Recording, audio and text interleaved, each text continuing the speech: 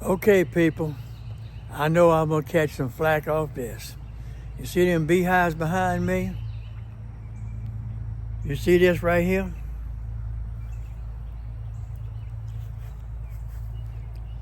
Kind of hard to tell if you can see it or not with that dead sun shining on it. But anyway, I'm gonna tell you a story and I'm gonna catch some flack. All right, I harvested my honey. Went in the shed, my shed over there, put the honey in the shed.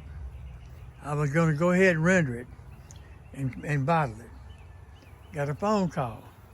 One of our friends needed some help kind of quick. So we jump in Mama's car and we boogie, okay? We left the garage door open. When we come back, I glanced at my garage. I think every bee in those 3 hives was in my shed.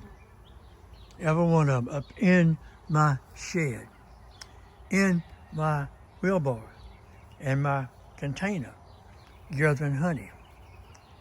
By the time I shut the big door, and I'd stand there about every 3 or 4 minutes, I would open the walk-in door and the bees would fly out.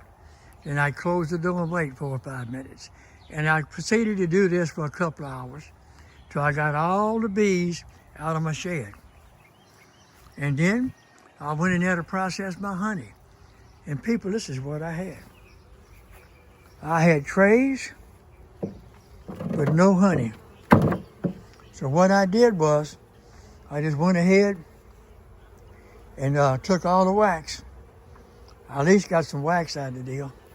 And I brought the trays out here where the bees could finish, clean them up real good before I wash them down and put them up.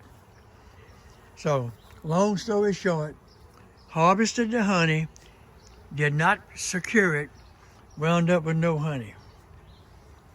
The bees put it back where it belonged. They give and they take.